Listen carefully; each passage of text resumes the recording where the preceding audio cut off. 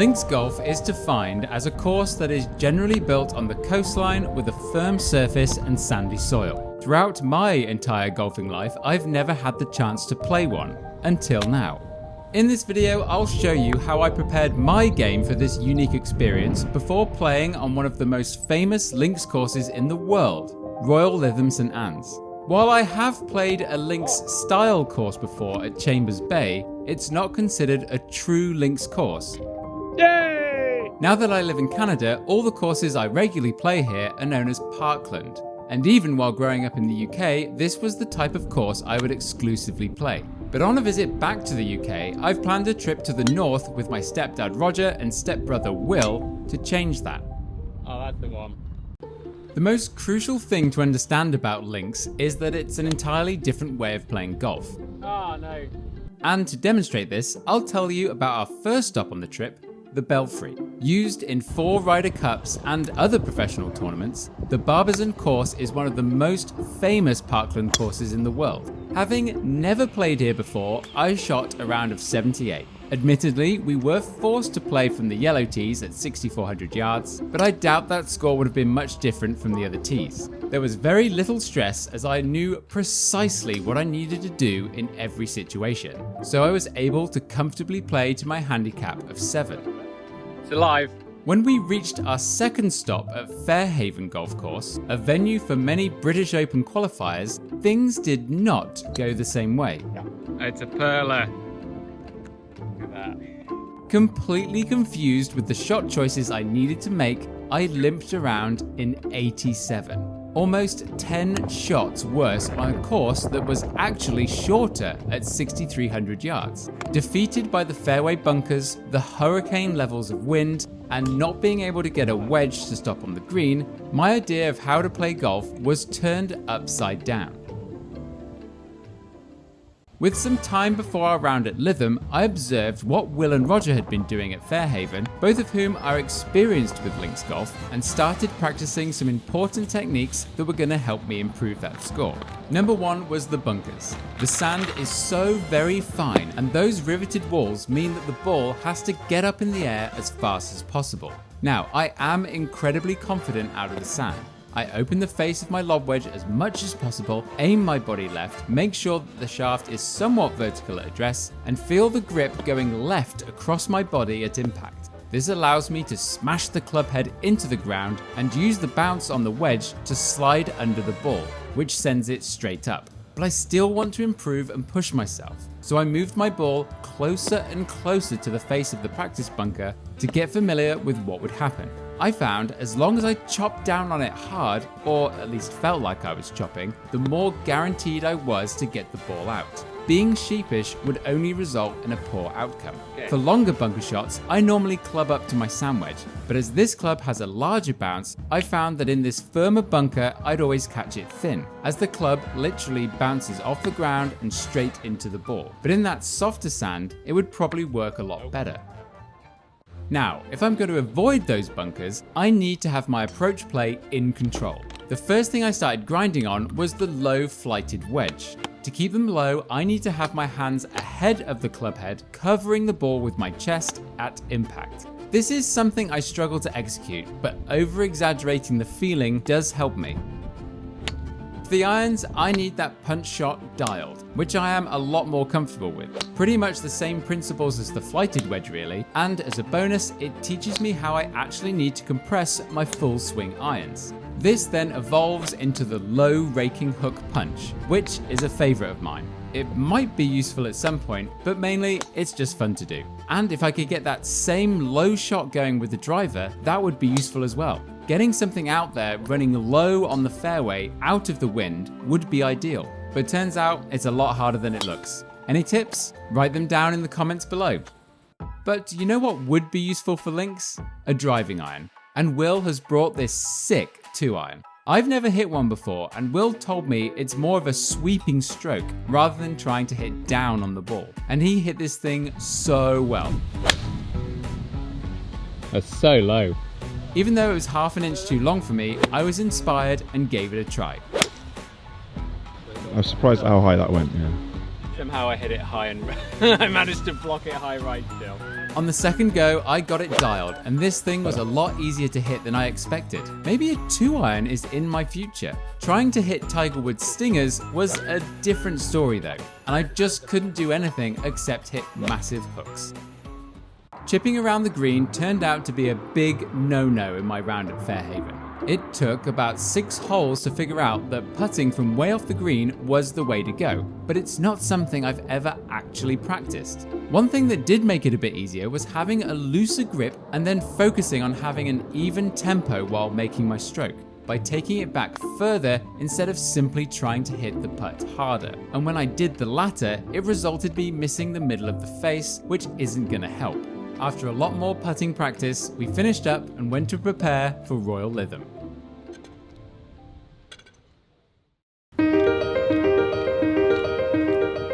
On first impressions, this place is so unassuming you wouldn't know it's ranked as one of the top 50 golf courses in the entire world. The host of multiple British Opens, it's saturated in heritage. I warmed up practicing everything I rehearsed at Fairhaven the day before, even trying that driver bunt that was still hard 24 hours later. Who'd have thought?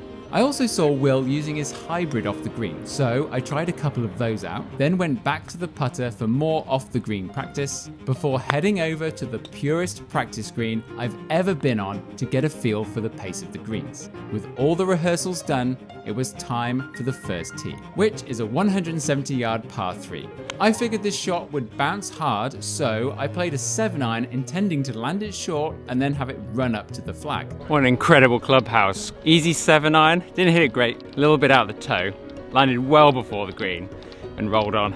With 8 feet for birdie, unfortunately it would slide by, and I'd realised just how tricky these greens would be for me to read, as they wouldn't break as much as I expected.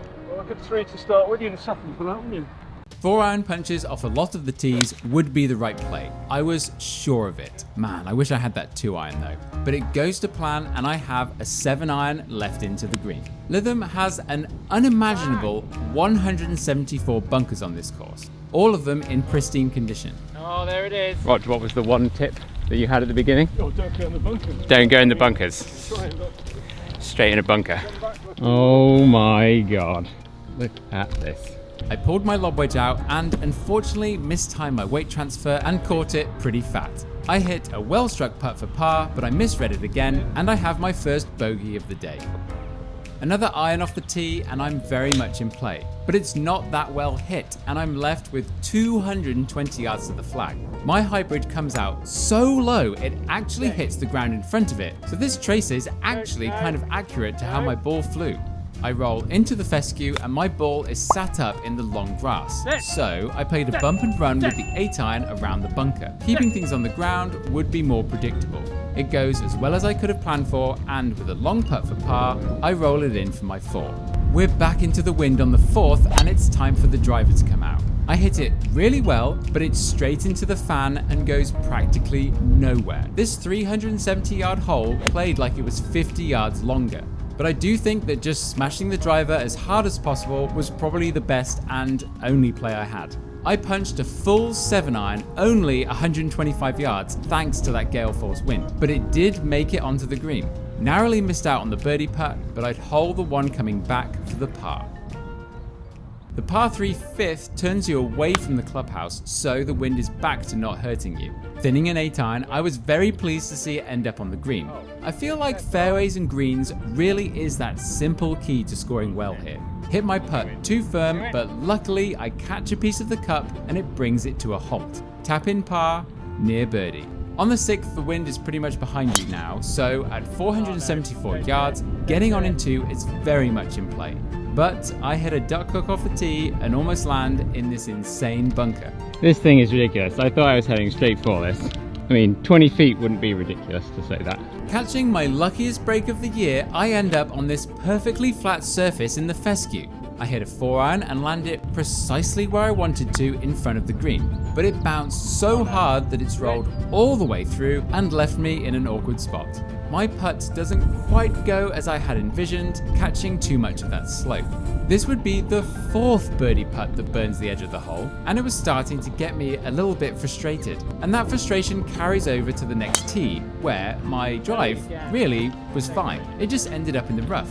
I laid up with my 8-iron but aimed too far to the right and thought I was heading for the sand. But again, I was fine. This hole is so straight and arguably it's not that well guarded by the bunkers either. I wish I stayed more patient and composed instead of rushing myself onto the green, and not hitting that massive green easily cost me a stroke here. I walked off with a bogey on what really was quite a simple par 5.